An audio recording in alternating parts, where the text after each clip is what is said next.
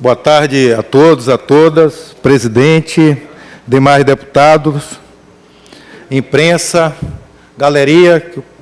Aproveito a oportunidade para registrar a presença do Marivaldo, liderança do município de Bacuri, o Wagner e o Juraci, liderança da Zona Rural de São Luís.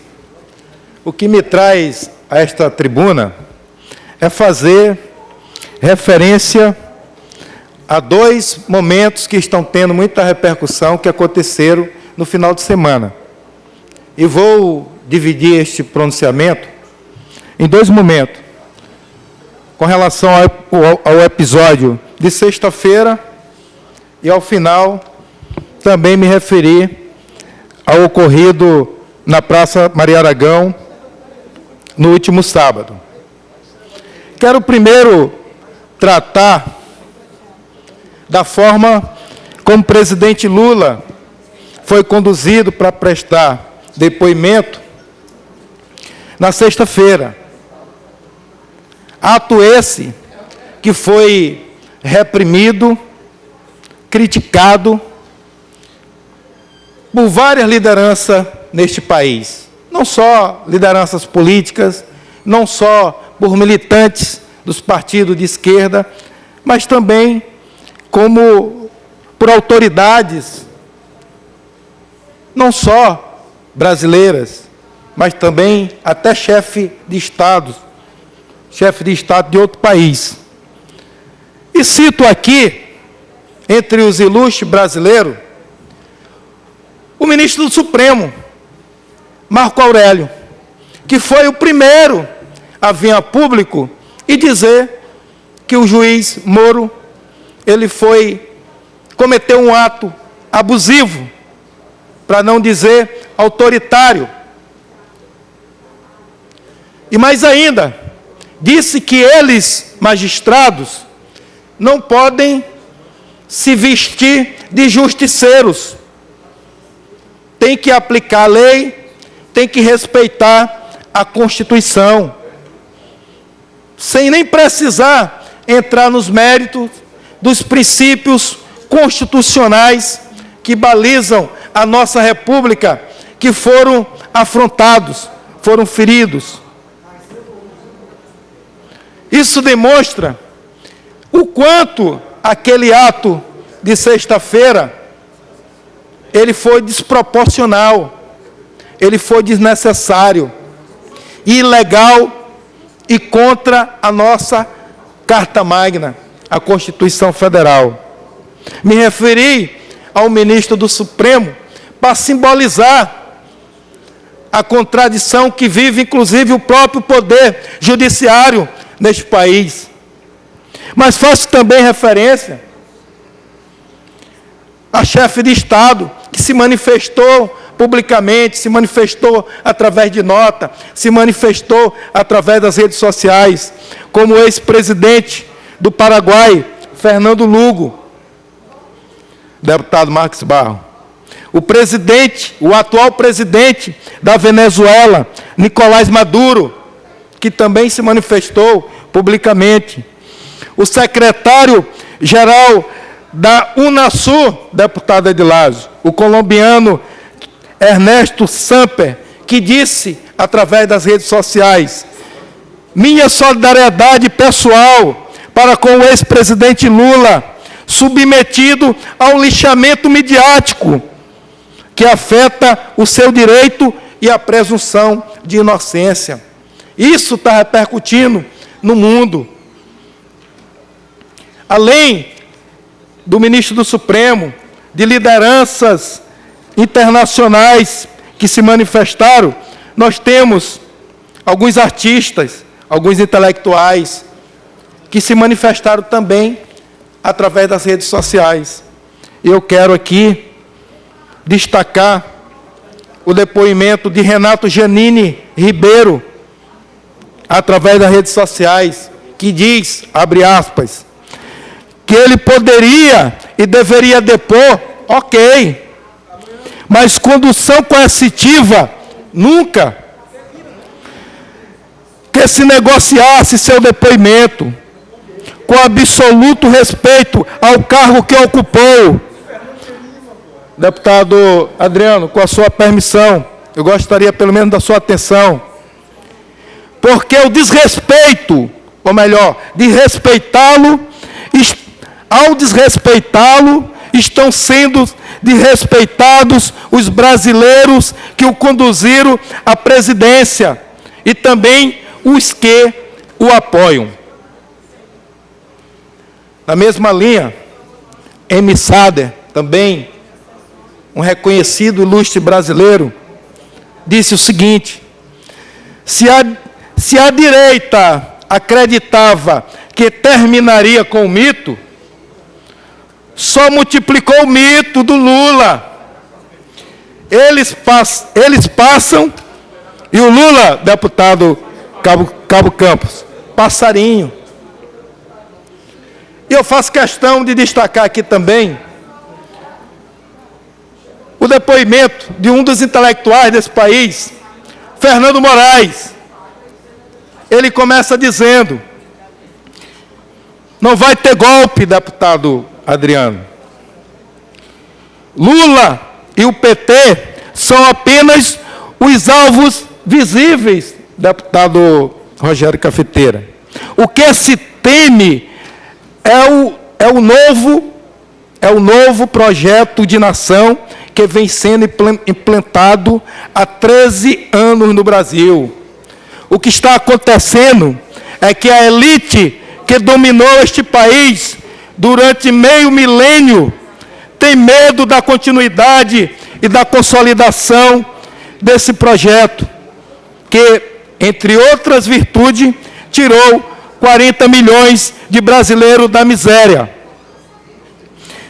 que fez uma revolução sem dar um tiro, deputado Edilásio, andando nas ruas, de cabeça erguida, com sua militância, coisa que Vossa Excelência não sabe o que é isso, porque nunca fez nem sequer uma caminhada na Rua Grande, na Praça Deodoro, só passa de carro na Maria Aragão.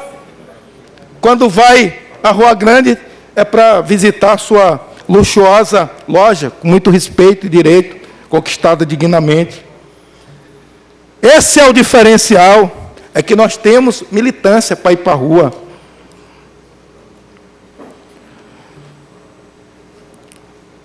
É disso que eu tenho certeza que vocês têm medo. E continua o depoimento do Fernando Moraes. Setores do Ministério Público, do Judiciário e da Polícia Federal têm agido impunemente, de forma política, partidária e eleitoral, para tentar minar o projeto instalado no Brasil pelo PT. Partido ao qual, que fique claro, diz ele, Fernando de Moraes, não sou filiado. Os interesses e personagens que estão na margem direita desse rio são os velhos conhecidos dos brasileiros. São os mesmos que levaram Getúlio ao suicídio em 1954, que tentaram impedir a posse de JK, que tentaram derrubá-lo com os frustrados golpes militares de Aragaças e Aracaracanga, que tentaram impedir a posse, os mesmos que tentaram impedir a posse de Jango em 1961, e depois o derrubaram em 1964. Eu acho que é disso que Vossa Excelência está com saudade, dizer que a presidenta Dilma pode mandar os militares invadir a Rede Globo, é não conhecer a história da presidenta da República, ou talvez Vossa Excelência tenha saudade do regime militar, se considere um filhote da ditadura militar, talvez por isso apoie essas manifestações golpistas. Eu digo também que a Bárbara Garcia também se manifestou, José de Abreu, vários intelectuais. Eu queria concluir esse primeiro ponto dizendo que a reação das pessoas nas ruas e nas redes sociais a favor do Lula ultrapassa o raio de alcance do Partido dos Trabalhadores. Embora o nosso partido tenha também recebido solidariedade e apoio, além de ter recebido, é importante esse dado para a imprensa que está aqui acompanhando, de sexta-feira até ontem, domingo, nós recebemos 1.800 novos filiados, deputado Cabo Campos, para engrossar essa fileira da militância que vai estar firme e de cabeça erguida nas ruas. E agora quero me voltar para o episódio de sábado.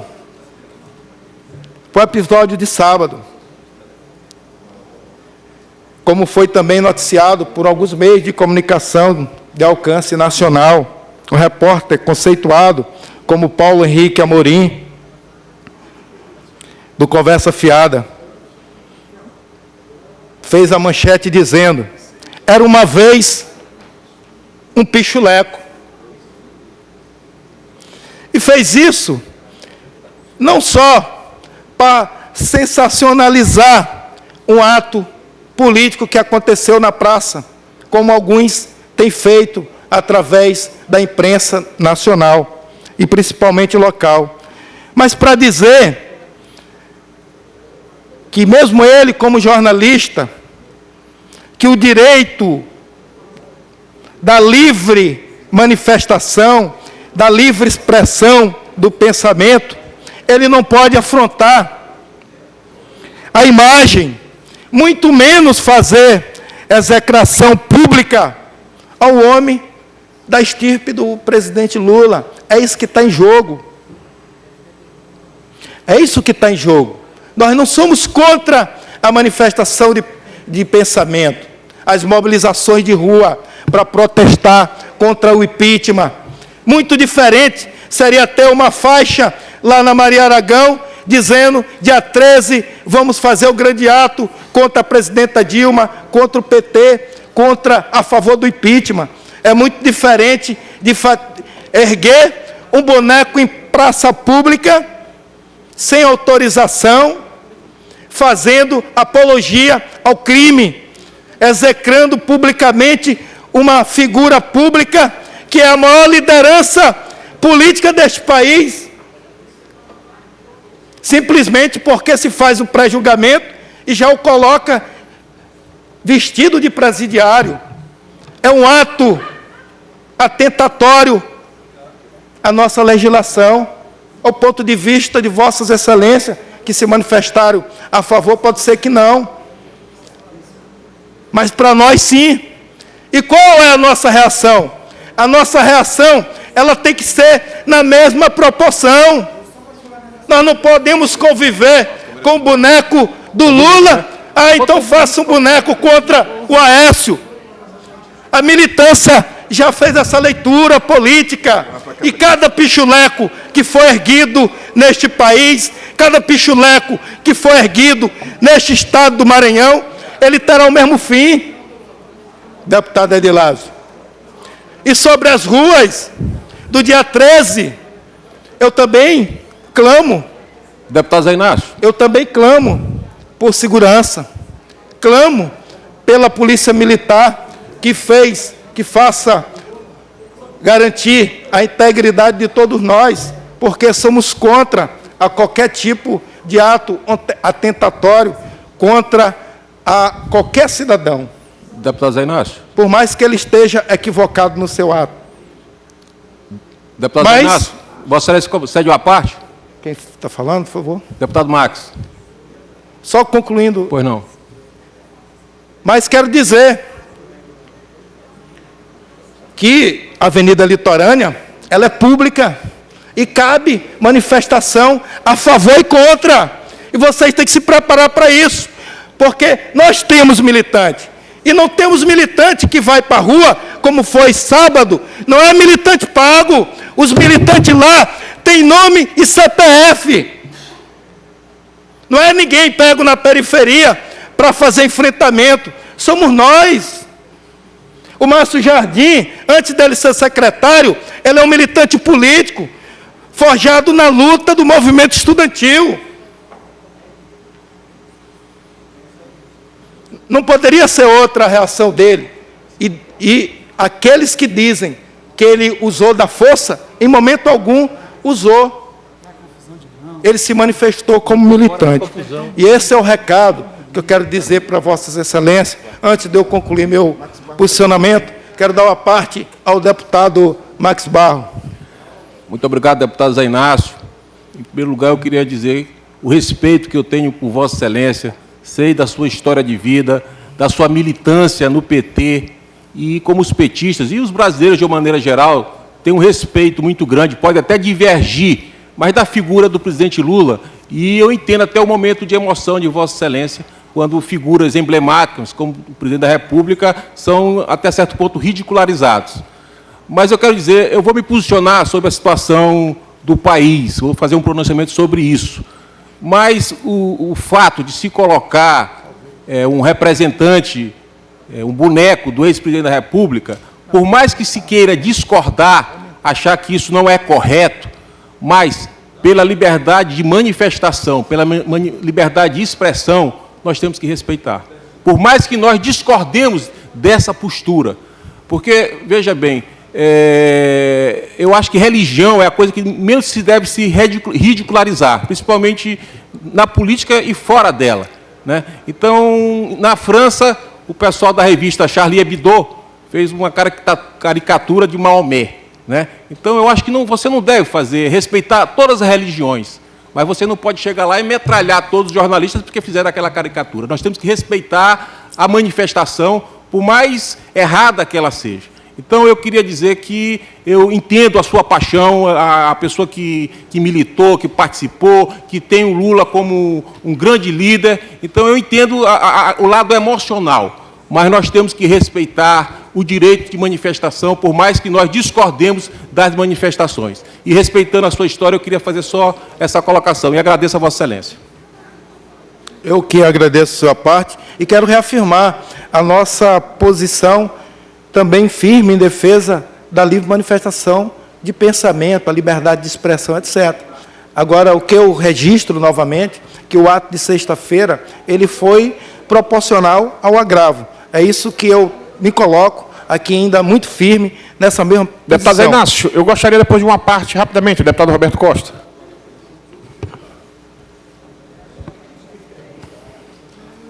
Deputado Roberto, eu queria só concluir mais uma parte do meu pronunciamento para lhe dar uma parte.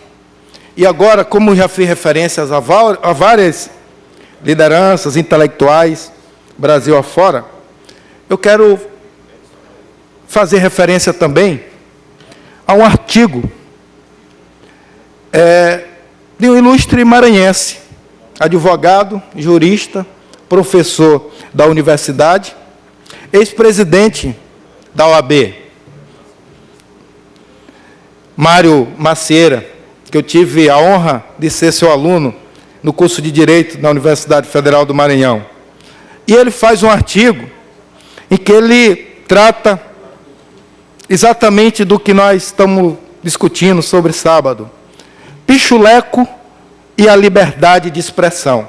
Esse é o artigo que sintetiza a indignação de muitos com a falta de respeito a um presidente e a criminalização do nosso partido, que quero destacar aqui alguns trechos. Abro aspas para fazer referência ao artigo do Mário Macieira. Será que as liberdades democráticas autorizam a manifestação que prega a execução pública de alguém, atribuindo a esta pessoa o status de criminoso condenado e defendendo o cumprimento de uma pena degradante, acorretado a uma bola de ferro? Ele diz, do meu ponto de vista, não. Continua Mário Macieira. Temos visto muitas formas de manifestações preconceituosas, xenofóbicas, discriminatórias e até racistas realizada sob o manto da liberdade de opinião, crença ou manifestação. Neste contexto, a reação indignada dos militantes do PT que rasgaram o pichuleco pode se equiparar à reação de um católico, Cabo Campos, indignado contra o vilipêndio à santa, ou dos nordestinos discriminados por alguns poucos racistas do Sul. A liberdade de expressão, de manifestação ou de pensamento e crença não autoriza a discriminação, o racismo, a violência física ou simbólica contra quem pensa de modo contrário, contra integrantes de outros partidos, igrejas ou grupos sociais. Quando alguém é injustamente agredido ou ameaçado, o direito prevê como possível uma reação proporcional ao agravo, imediata e suficiente para fazer cessar a ofensa.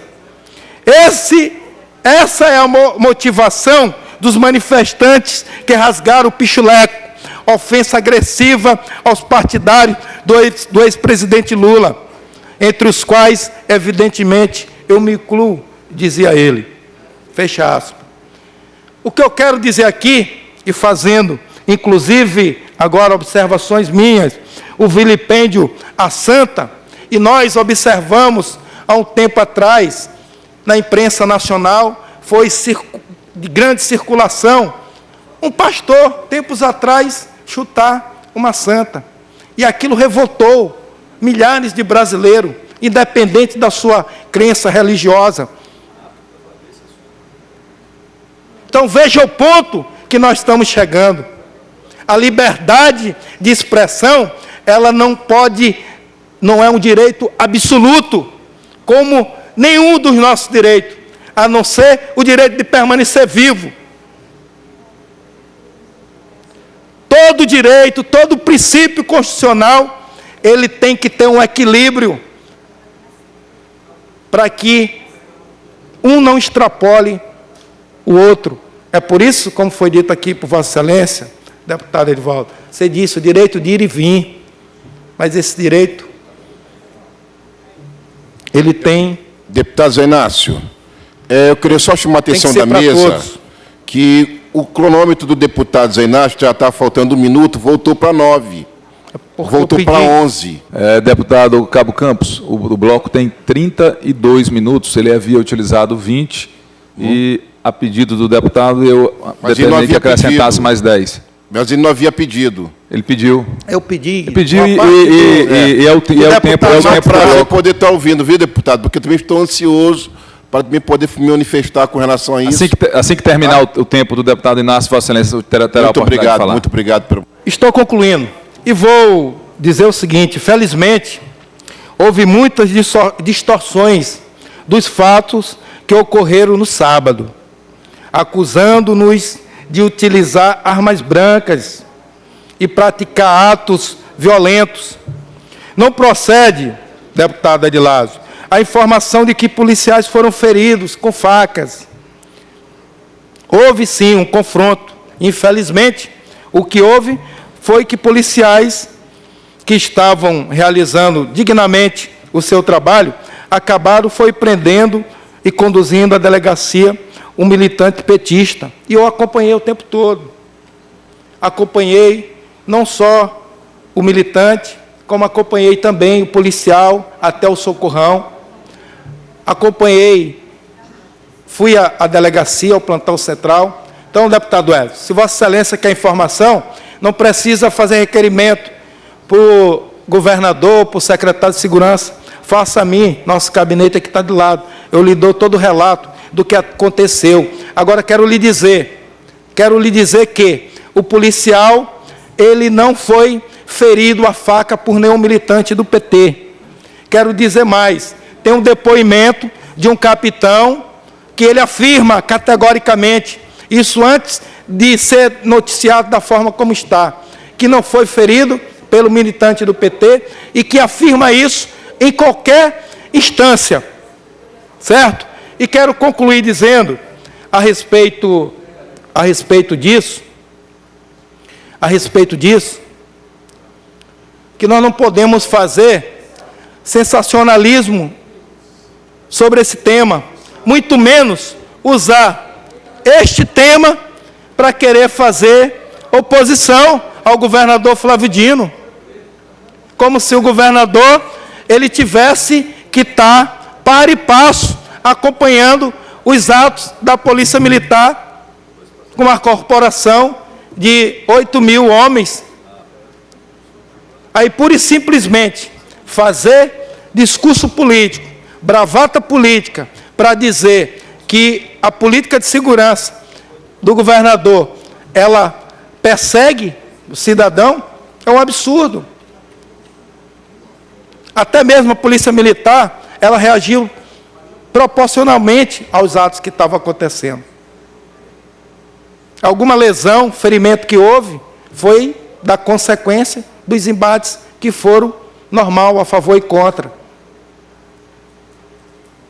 E a arma que o deputado se refere, a faca, eu não sei de onde partiu, não sei como chegou até a delegacia aos autos. Não sei se não foi Vossa Excelência que levou, não sei, não foi nenhum de nós. O que me causa estranheza é muito diferente do que Vossa Excelência diz. É que o militante do PT, ele já havia sido solto na hora que ele foi contido pela polícia. A tropa que estava lá soltou porque entendeu que ele não fez a agressão que está sendo imputada. E ele já caminhava a uns 100 quilômetros quando chegou uma outra viatura. Aí, eu não sei se foi o deputado Edilásio que ligou, se foi o deputado Wellington, se foi o deputado Rogério Cafeteira. E essa outra viatura, a confusão dispersa, prendeu e conduziu o militante do PT até a delegacia. Isso também merece investigação.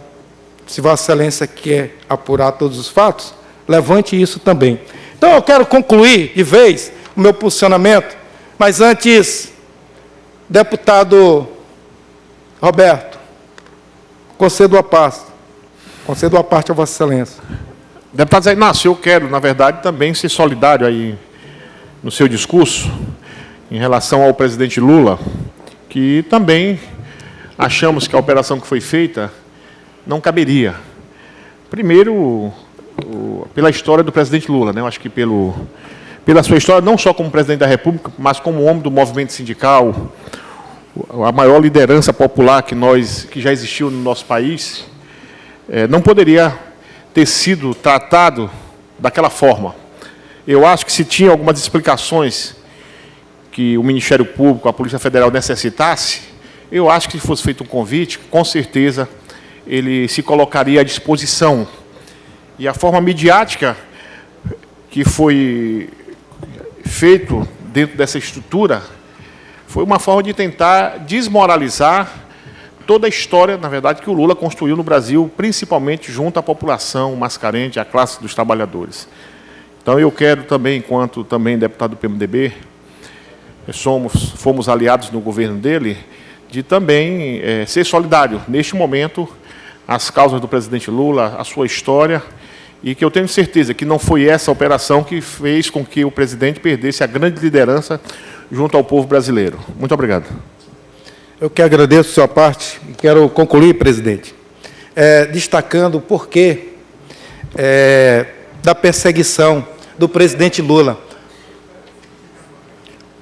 O porquê o presidente Lula está sendo tão combatido. E vou citar aqui os crimes que ele cometeu nesses últimos anos. Livrou o Brasil do FMI. Colocou o Brasil entre as maiores economias do mundo. Valorizou o salário mínimo. Criou programas sociais inclusivos, como Bolsa Família, o ProUni, Brasil Sorridente, Farmácia Popular e Luz para Todos, para mais de 14 milhões de brasileiros. Estou concluindo, presidente. Criou 214 escolas técnicas. Aqui no Maranhão foram 28, aqui só conhecíamos uma, lá no Monte Castelo. Criou 18 novas universidades federais. Incluiu mais de 5 milhões de jovens pobres, negros, na universidade. Tirou mais de 40 milhões de brasileiros da miséria. Colocou 38 milhões de pessoas na nova classe média. Criou o PAC, Programa de Aceleração de Crescimento. Criou o Minha Casa Minha Vida, beneficiando mais de 1,5 milhão de brasileiros. Criou o SAMU, com 2.312 ambulâncias para 789 municípios. Aumentou o orçamento da saúde de 28 milhões, o último governo Fernando Henrique, governo do PSDB, dos tucanos, para 106 bilhões. Esse é o crime que o presidente Lula cometeu neste país. Muito obrigado.